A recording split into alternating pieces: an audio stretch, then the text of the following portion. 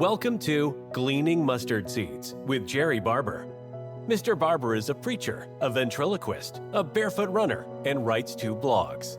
When Jerrie communicates, he encourages people, try not to learn very much. Find a mustard seed. In the next few minutes, try not to learn very much. Look for something you can do to move a mountain, remove a stumbling block, or provide a stepping stone for yourself or someone else. And now, here's Jerrie with this week's mustard seed. The Apostle Paul wrote in Philippians 1:3, I thank my God every time I remember you. That sums up my thoughts on the people where I grew up, Hickman County, Centerville, Tennessee, and the Ships Bend community. When I visit, I often refer of going to the Holy Land.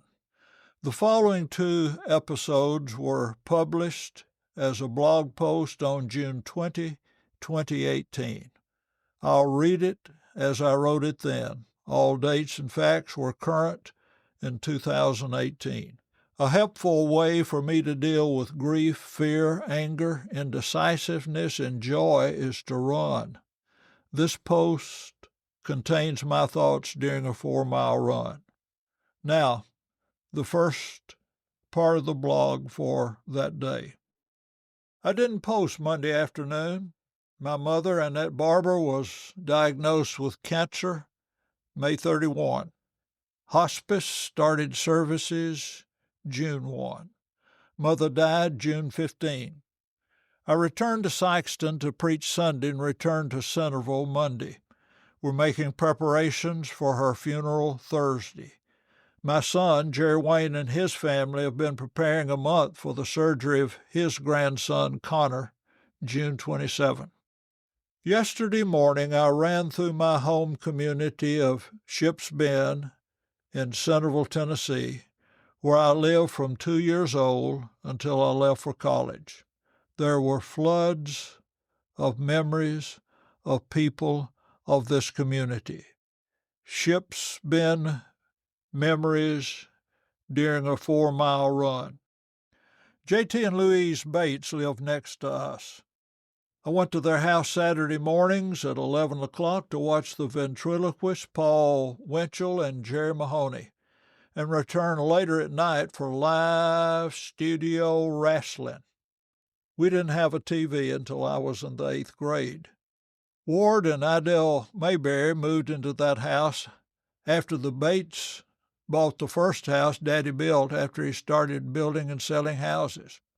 Ward was the preacher at Ships Bend and asked me to preach my first sermon at age 16. His wife Idell typed the outline. Joe and Jeanette Yates lived in the next house. They were Christians who set a good example and were encouraging. Jean and Dottie McLaren lived in the next house. They went to the Ships Bend Church and were great neighbors and friends. Robert and Christine Morrison and Miss Minerva Chandler lived across the highway. They were special in my growing up. We bought milk, butter, and eggs from them. When I was sick, they brought homemade grape juice. Miss Chandler made enough grape juice for church communion all year. They had no children, but they loved me and taught me. Miss Chandler was my fishing buddy. I caught my first fish in their stock pond. I went to their house often. They listened to me talk about what was interesting to me. They let me gather eggs and crank the corn sheller. Often went to their house on Sunday morning to visit. Robert had a ritual every year right before Christmas. Robert would say, "Did you hear Santa Claus isn't coming this year?" I replied, "Yes, he will." Robert said, "No, he isn't. Somebody shot him, and he's not coming." After a few rounds of that conversation, we would agree to disagree. We enjoyed the argument and had an unwritten rule we'd do it again next year. The Lenny D. Coble family lived down the next lane to the left going toward Coble. His wife, Alberta, and mother were good friends. Mother took her first airplane ride in a biplane that landed in a field going to their house, along with several others from the community. Mr. J.B. Chesser ran a store half a mile from our house. He was one of the first to pay me for mowing a yard. I drank 6 soft drinks from his store during the afternoon, all different flavors. I made $1 and they cost me a nickel each. I made a profit. Daddy built us a new house up the road to the left where Mr. Tom McClanahan's house had burned. We moved during the Christmas holidays of my senior year, 1962-63, at Hickman County High School. Mr. Will McClanahan lived across the road. Daddy worked for him for 5 years building houses before he went to work for Ralph and Jerrie McClanahan, where he worked for 5 years before he started his own business. J.P. and Maisel Heron ran a grocery store up the road from there, a few hundred yards.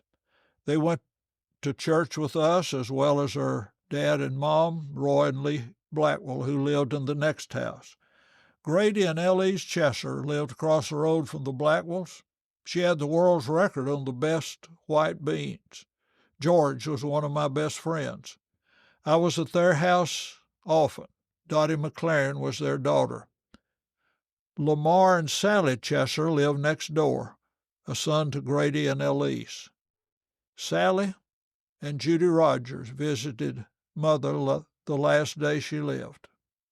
Jess and Becky McCord was the next house. Miss Becky gave ice cream sandwiches on Halloween.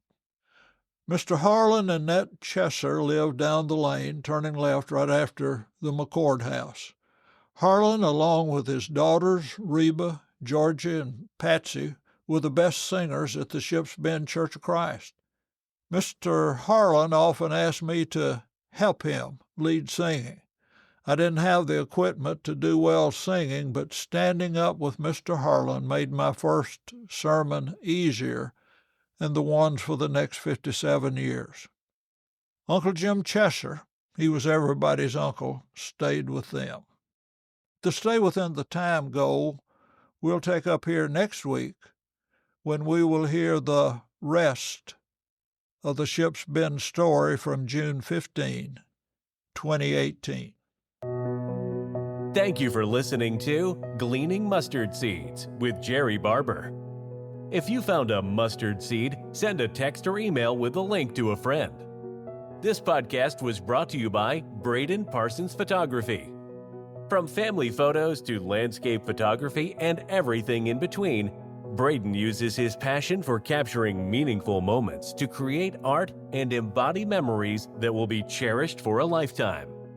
Whether you want photos for your family, an event, or even want to browse Braden's portfolio for prints you can buy as art for your home or office, go to bradenparsons.com to explore the creativity and inspiration that comes from Braden Parsons Photography.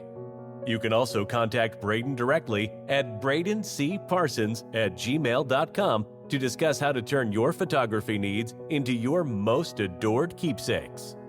There are links in the show notes to connect with Braden. Thank you for listening. Jerrie looks forward to next week as we continue to collect and plant mustard seeds.